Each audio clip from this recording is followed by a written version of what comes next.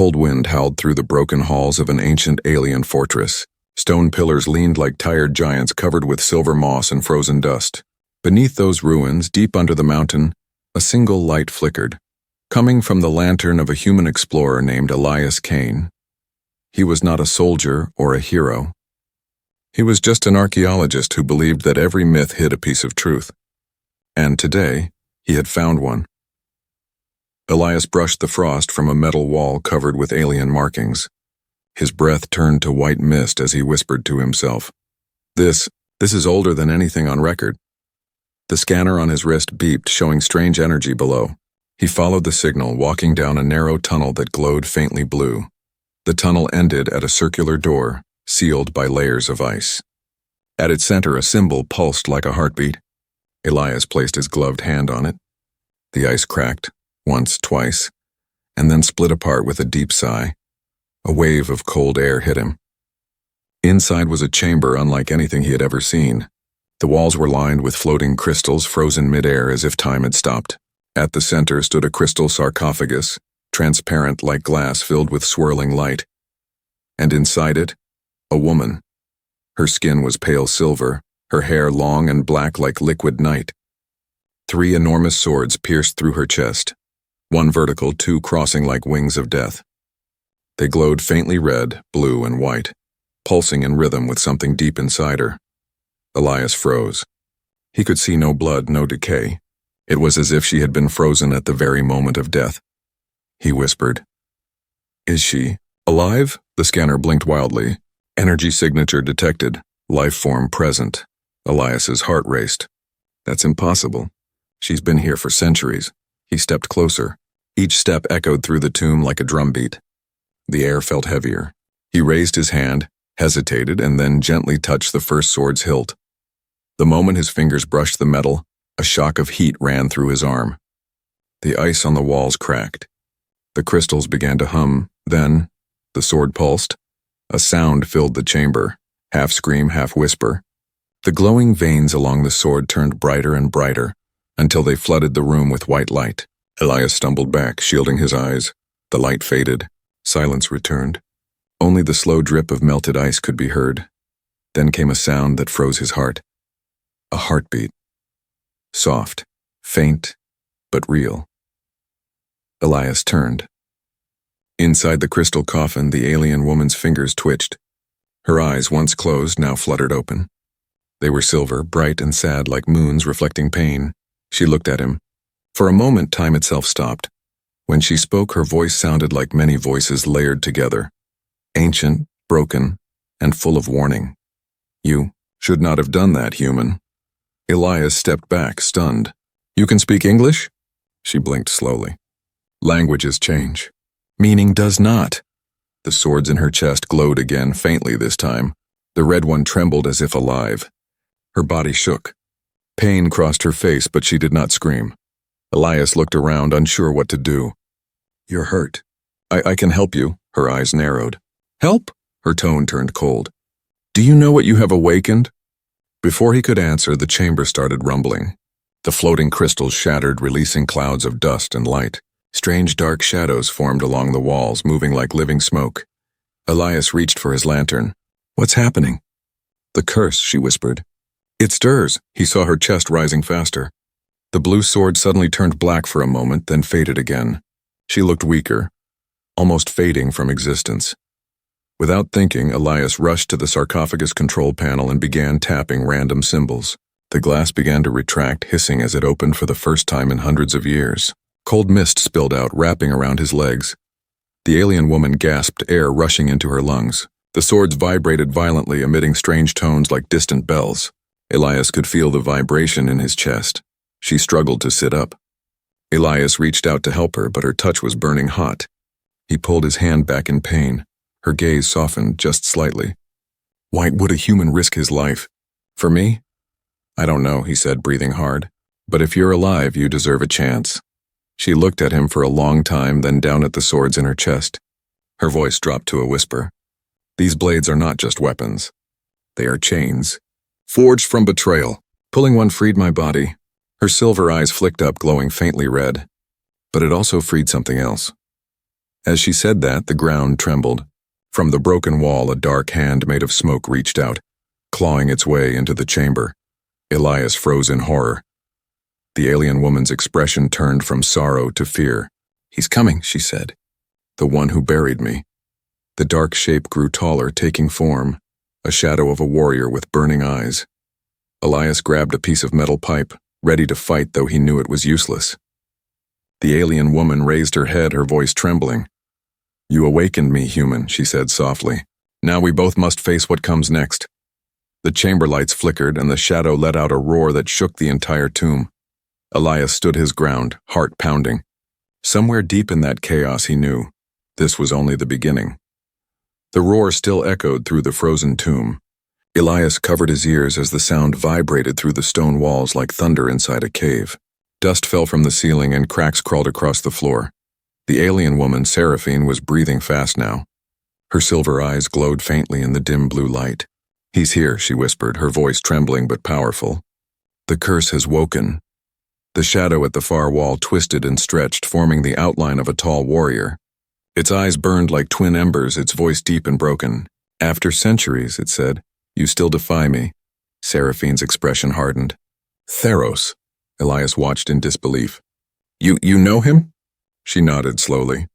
"He was once my general, and the one who drove the first sword through my heart." The air grew colder. The ghostly figure stepped closer, its form shifting like smoke and water. Elias felt his skin prickle.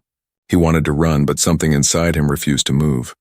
Seraphine closed her eyes and lifted her trembling hand. Blue light rippled from her palm, pushing the shadow back for a moment.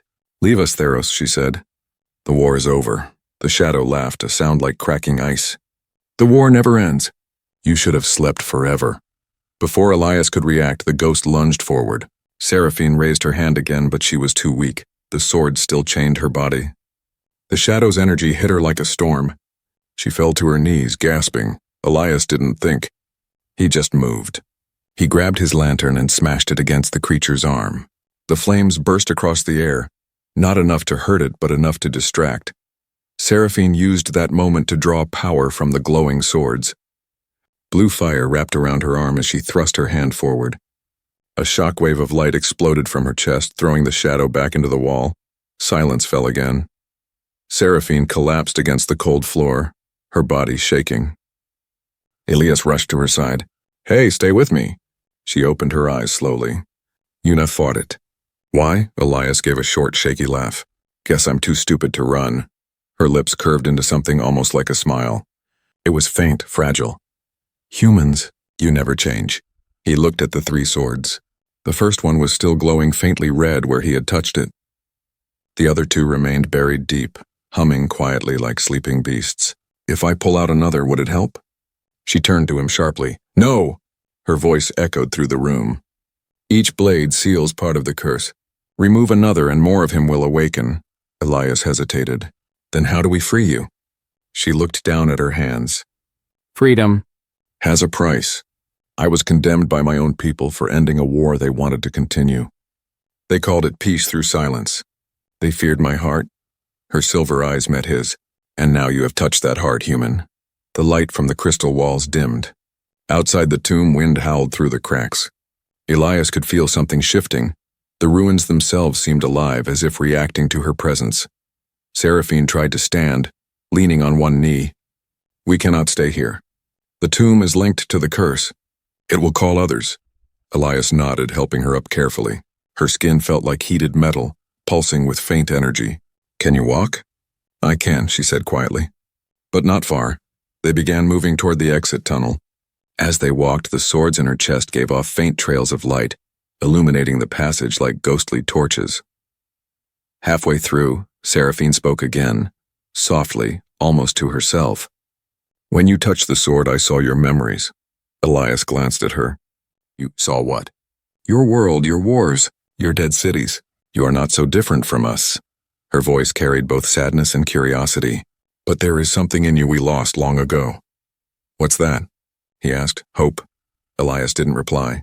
He just kept walking, the sound of their footsteps echoing in the quiet tunnel. At the tunnel's end, he looked back. The chamber they had left behind was collapsing in slow motion, the crystal coffin sinking into dust, the shadows melting into mist. Seraphine looked at it too. "Once I had a throne," she murmured. "Now I have a grave." Elias turned to her. "Maybe we can change that." She met his gaze, eyes glowing faintly with that same strange light. "Perhaps, human. But if you wish to save me," she paused, her voice low and heavy, "you must be ready to face what those swords were meant to guard." Before he could ask, a deep rumble came from behind. The mountain groaned, and a wave of blue fire rushed through the tunnel, chasing them out into the frozen night. Elias pulled her close, shielding her as they tumbled onto the snow outside. The sky above shimmered with alien light, auroras dancing like flames. Seraphine looked up, her breath steaming in the air. "The world remembers," she whispered. "The swords have spoken again." And far away in the dark horizon something ancient stirred, answering their call. Snow scattered through the air as the mountain behind them rumbled like a waking beast. Elias pulled Seraphine away from the collapsing entrance, both of them falling onto the frozen ground. The cold bit into his skin, but the heat coming from her body felt almost alive, like fire trapped in flesh. For a long moment, neither spoke. Only the wind screamed between the broken peaks. Then Seraphine opened her eyes, glowing faintly blue in the dark. "It's begun," she said softly. Elias turned toward the tomb. The cracks in the mountain glowed with red and purple light, veins of energy spreading across the snow like rivers of blood. The air shimmered with whispers, strange voices echoing words he couldn't understand. "What's happening?" he asked. "The first sword broke the seal," Seraphine said. "The energy was never meant to leave that place. It's calling to the other blades, to the dead who served them," Elias frowned. "Calling, you mean those shadows?" She nodded. "They were my army once, bound by oath and then cursed by betrayal. When I was sealed, they were imprisoned too. Now the curse is awake, and it will not rest until the balance is broken again." The ground trembled under them. From the horizon, faint dark figures began to rise from the snow, ghostly shapes armored in ancient metal, walking without sound. Their eyes burned red like dying stars. Elias gripped a shard of metal from his bag, holding it like a weapon, though he knew it was useless. "What do we do now?" Seraphine's gaze was steady. "We run. Until I am strong enough to fight, we run." They moved across the snowfield, the storm swirling around them. Seraphine walked slowly, every step leaving behind faint trails of blue fire. Elias stayed close, helping her keep balance. She looked fragile, but her presence felt immense, like a sun behind a thin veil. After an hour, they reached an old human outpost buried in ice, a ruin from the first exploration wave. Elias broke open the frozen door and led her inside. The place smelled of rust and old air. He set down his lantern. "You can rest here." Seraphine looked around, touching the metal wall with her fingers. "Your kind builds with steel and silence. It's not so different from us." Elias smiled faintly. "Yeah, except ours usually breaks faster." She tilted her head, studying him. "Humor, even in fear, helps me stay sane," he replied, sitting beside her. For a while, there was only the sound of the wind. Then Elias asked, "Those swords, they're not just weapons, are they?" She shook her head. "No. Each one holds a fragment of me, my strength, my sorrow, my memories. When they were driven into me, I was divided into three. The first sword bound my body, the second my power, the third my heart." Elias looked at her in silence. "And if all three are pulled out?" Seraphine's voice softened. "Then I will live again, whole and free. But so will everything tied to the curse, every shadow, every lost soul. It will consume this world as it once consumed mine." Elias leaned forward. "Then there has to be another way, something that breaks the curse without destroying everything." Seraphine's expression grew sad. "Once I thought so too, but no one believed. They chose silence, not mercy. You humans still believe in mercy." Her words hung heavy between them. Suddenly the metal walls vibrated. Elias looked out the narrow window. The snowstorm had stopped. The air outside glowed with faint red light, and dark shapes moved across the horizon, dozens of them. "They're here," he whispered. Seraphine rose slowly. The blue light around her hands returned, brighter this time. The first sword pulsed faintly in her chest, reacting to the presence of the phantoms. She walked to the door and pressed her hand against the cold metal. "They do not seek to kill me," she said quietly. "They seek to return me to the tomb." Elias stood beside her. Then they'll have to go through me first. She turned to look at him, truly look. You are a strange creature, Elias Kane, she said softly. No fear, no gain, only defiance. I understand now why the universe keeps testing your kind. Before he could respond, the door burst open. Icy wind rushed in, carrying the howls of the dead. Seraphine raised her hand. The sword glowed bright blue. A wall of light exploded outward, pushing the phantoms back into the snow. The blast left cracks on her arm, glowing marks like burning veins. Elias caught her as she staggered. You're hurt, she smiled weakly. Pain reminds me that I'm still real. Outside, the army began to reform, stronger than before. The air filled with whispers again. Elias looked at her with determination. Then we fight together. Seraphine's silver eyes glowed with a strange warmth. You would stand beside a cursed queen? He nodded. If it means saving both our worlds, yes. The second sword flickered faintly, reacting to his words, as if it understood his resolve. Seraphine looked down, her expression unreadable. Then perhaps, human, you are the key the stars spoke of. And as she said that, the wind outside shifted, forming the shape of a great shadow, the ghostly General Theros, returning once more. The night was no longer silent. The wind howled like a beast and the air itself twisted under the weight of something ancient. Elias stood beside Seraphine, watching as the storm formed into the shape of a towering figure, the one she called Theros. The shadow's form solidified with every gust of wind. What had once been mist was now flesh and armor, dark as obsidian. His eyes burned with cold red light, and the sigil on his chest matched the mark glowing faintly on Seraphine's skin. Theros, Seraphine whispered, her voice both trembling and sharp. You should have stayed in the void. The figure laughed, deep and cruel. And you should have stayed buried, my queen. Elias felt the weight of his words, heavy with betrayal. He saw Seraphine's shoulders tense, pain flickering across her face. He was your general, Elias said quietly. You trusted him. I loved him, she replied, her voice breaking for a moment. And he sealed me in stone. Theros stepped forward, his massive blade scraping across the snow, leaving trails of fire where it passed. You loved peace. You loved weakness. You turned your blade against our kind to protect the humans who destroyed their own world. You called it mercy. I called it treason. Seraphine's eyes glowed fiercely. You destroyed worlds in the name of glory. You made gods of monsters. Elias looked between them, feeling the air crackle with raw energy. He could sense something invisible binding them together. The swords, the curse, their history all woven into one tragedy. Theros pointed his sword at her. And now look at you, bound by your own guilt. Did you think your curse would end with death? No, Seraphine. It ends when the last of your light is gone. The phantoms behind him roared, their forms shifting like smoke in the snowstorm. Elias stepped in front of Seraphine. You'll have to go through me first. Theros tilted his head, almost amused. A human, still defending the creature that doomed his kind. Fitting. He raised his blade and lightning tore through the clouds. The ground shook as he swung. Elias barely managed to dive aside, the shockwave throwing him into the frozen wall of the outpost. His ears rang, Seraphine screamed his name and raised her hand. The blue sword embedded in her chest pulsed bright, her energy flaring like a dying star. She unleashed a wave of light that clashed with Theros' darkness. The explosion turned the snow into steam. Elias crawled to his feet, clutching his side. He could barely see through the blinding storm of energy, but he heard their voices, a war of love and hate echoing through the wind. You betrayed me, Seraphine shouted. I saved our people, Theros roared back. You would have led us to extinction for the sake of compassion. Their powers collided again. Blue and crimson light swirled, twisting the air like a storm of gods. Elias could feel his skin burning from the force. He stumbled forward, shouting, Stop it! You'll both die! But they couldn't hear him. Seraphine's knees buckled. Theros advanced, pressing his blade against her energy shield. You're weaker now, he said coldly. The first sword gave you life, but the second will give you death. Elias didn't think, he acted.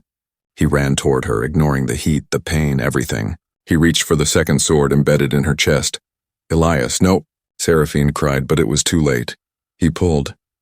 The moment the blade left her body, the world screamed. Blue fire erupted from the ground. The sky turned crimson. The energy blasted Theros backward and Seraphine collapsed into Elias's arms. The sword's glow dimmed, but Seraphine's eyes shone brighter than ever. Alive, breathing, shaking. She gasped, clutching his coat. "You fool. You freed my power, but you've bound your soul to mine." Elias looked at her in shock. "What does that mean?" "It means," she said weakly, "your life is now the seal. If I die, you die. If I fall, you fall." He stared into her eyes, but before he could answer, Theros's voice boomed through the storm. "So be it, human. You've chosen your death." He rose from the crater, his armor cracked, eyes blazing with fury. But this time Seraphine stood beside Elias, not as a prisoner, but as a warrior reborn. Blue fire wrapped around her arm. Her voice steadied. "You made one mistake, Theros. And what is that?" He snarled. Lightning ripped across the sky. The storm raged around them like a living thing, howling with fury. Elias stood beside Seraphine, his breath misting in the freezing air. His heart pounded so hard he could barely hear over the thunder. The bond between them burned inside him, strange energy humming beneath his skin. Theros raised his sword high, eyes blazing red. "You dared defy me again, Seraphine, with a mortal at your side?" Seraphine's voice was calm, almost gentle. "He has something you never had, Theros. And what is that?" She looked at Elias, her silver eyes glowing faintly. "A heart that still believes in mercy," Theros roared and charged. His blade struck like lightning. Elias dove aside, the ground exploding behind him. Seraphine met Theros's swing with her arm, blue fire bursting from her palm. The impact shook the mountainside. Elias shielded his face as shards of ice and stone flew past. The two titans clashed again and again, light and darkness twisting in violent beauty. But even with her strength restored, Seraphine's wounds burned bright. Every swing of her hand cost her pain. Elias knew she couldn't hold out forever. He looked at the second sword, still glowing faintly in his hands, the one he had pulled from her chest. Its edge shimmered with blue and gold light. Somehow it felt alive, pulsing in rhythm with his heartbeat. He gripped it tightly. "If this thing carries her power," he muttered, "then I'll use it to protect her." Seraphine turned just in time to see him raise the sword. "Elias, no. It's not meant for humans." But he had already stepped forward. Theros swung his blade toward her exposed side, but Elias intercepted, steel meeting shadow. The impact nearly threw him off his feet. The sword's power surged through him, filling his veins with light and agony at once. He screamed but did not let go. Theros's eyes widened. "Impossible! A human wielding her blade?" Elias forced a shaky grin. "Guess humans never learned how to quit." Seraphine's expression was a mix of shock and awe. "You're burning yourself," she said, her voice trembling. "I've been burning since the day I met you," he said through clenched teeth. Their words seemed to anger Theros even more. "You think love can change fate? You think that bond can save you?" He struck again, and the mountain split beneath his feet.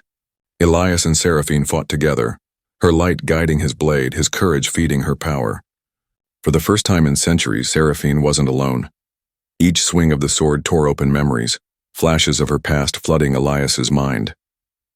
He saw a younger Seraphine standing before her people, begging for peace. He saw Theros turning away, his army marching into fire. He saw her crying as the swords pierced her heart. When the vision faded, he was gasping, trembling from the pain that wasn't his. Seraphine placed a hand on his shoulder, steadying him. "Now you know what it means to carry my soul," she said softly. He nodded. "Then we carry it together." Their power flared as one, human and alien hearts beating in sync. The ground shook. The light around them grew blinding. Even Theros hesitated, feeling the air vibrate with new strength. "This is not possible," he hissed. "You are breaking the curse!" Seraphine's eyes glowed pure white now. "No curse can bind what was never meant to be chained." She raised her hand, and the blue flames around Elias's sword transformed, turning golden, warm, alive. Together they struck. Their blades met Theros's weapon, and the explosion of energy tore through the sky, scattering the clouds and silencing the storm. When the light faded, Theros stood panting. One knee on the ground, his armor cracked. Black smoke poured from the wounds in his chest. He stared at them with disbelief. "You would destroy me?" "For him?" Seraphine's voice was quiet, filled with sorrow. "No, Theros. I destroy what you've become." She stepped forward, pressing her glowing hand to his chest. A pulse of light traveled through him, not to kill, but to release. The hatred in his eyes dimmed, replaced by something almost human. "Seraphine," he whispered, his voice trembling.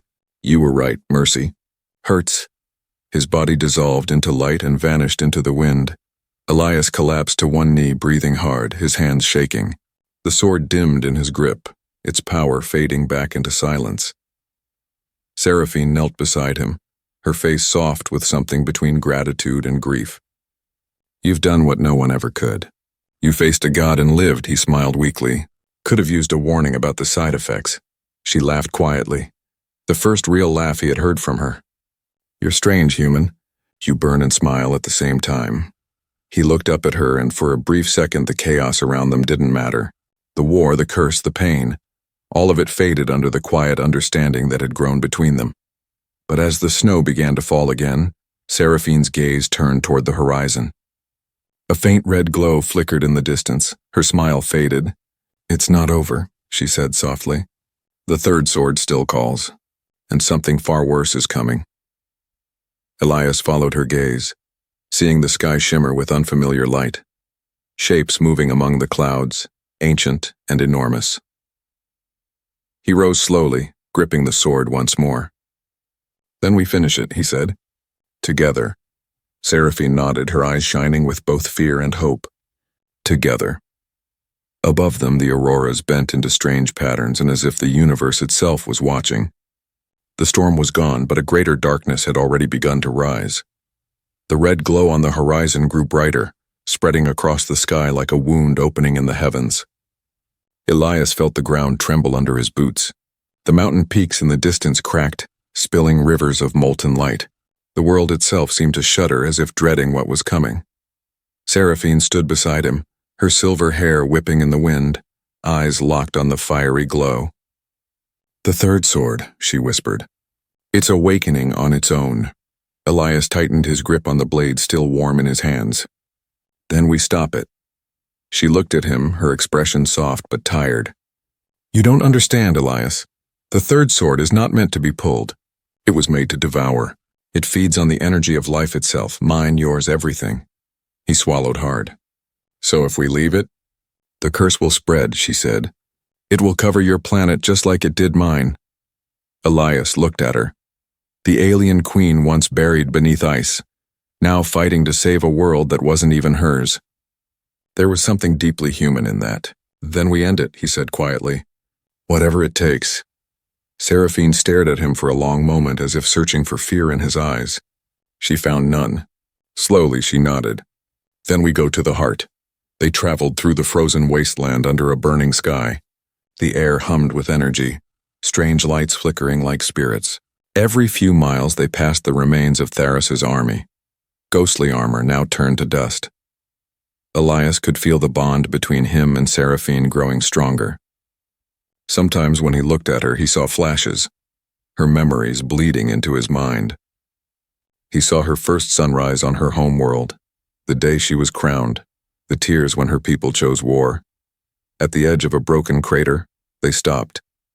The ground split open before them, revealing a vast pit glowing with red fire. In its center stood a pillar of black stone, and embedded in it the third sword. It was larger than the others, its blade covered in runes that pulsed like veins.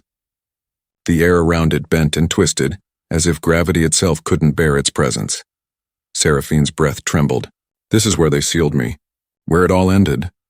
Elias stepped closer, feeling the heat sting his skin. "Then this is where it ends again." Before he could move further, the sky above them cracked. A monstrous figure began to emerge, made not of flesh or spirit, but pure shadow and fire. Its voice shook the earth. "The queen returns, and the human dares to follow." Seraphine's eyes widened. "The sword guardian," she said. "The curse's final will. It exists to make sure no one pulls the blade." The creature descended, landing with a shockwave that threw Elias backward. Seraphine raised her hands, blue light bursting from her palms. The guardian swung an arm the size of a mountain, but she met it with her energy, creating a shield of blazing white. The impact sent waves through the ground. Elias could feel every bone in his body vibrate. He staggered up, shouting, "Seraphine!" She turned, her voice raw from the strain. "Go, the sword must be destroyed." He hesitated. "Not without you." You carry my power, Elias. Use it, she cried. You are the balance. The guardian roared again, flames surging toward them. Elias ran through the storm, the second sword glowing brighter with each step. He could feel Seraphine's energy flowing through him, her strength, her pain, her hope. When he reached the stone pillar, he saw the third sword up close. Its light was hypnotic, pulling at his mind, whispering promises. Pull me, human. End her curse. Save her, he gritted his teeth. Not like that. He thrust his own sword, Seraphine's second blade, into the ground beside it. The two energies clashed, screaming against each other. Behind him, Seraphine cried out as the guardian's blow shattered her shield. She fell to one knee, her body glowing too bright, too unstable. Elias turned. Seraphine. She met his gaze, eyes full of fire and sorrow. Do it, Elias. Destroy it before it consumes us all. He raised the second sword with both hands, focusing everything inside him. Every memory, every heartbeat, every ounce of humanity. I'm not destroying you, he said. I'm freeing you. With a roar, he struck the third sword. The explosion that followed turned night into day. The entire crater erupted in light so bright it erased shadow itself. The guardian screamed, its body tearing apart like smoke. The ground split open, swallowing the fire. In the silence that followed, Elias fell to the ground, his body glowing faintly with golden light. Seraphine crawled toward him, her own light flickering weakly. You did it, she whispered, touching his cheek. You freed the curse. He smiled faintly. Told you. Together. Her tears shimmered like molten silver. You foolish, brave human. As the light faded, the third sword shattered into dust, scattering into the wind. The sky calmed, the mountains stilled, and for the first time in ages, the world was quiet. Seraphine lay beside him, the glow in her chest now dim but peaceful. Rest, Elias, she said softly. You have given back what I lost. Faith. He looked at her, his hand finding hers. And you gave me a reason.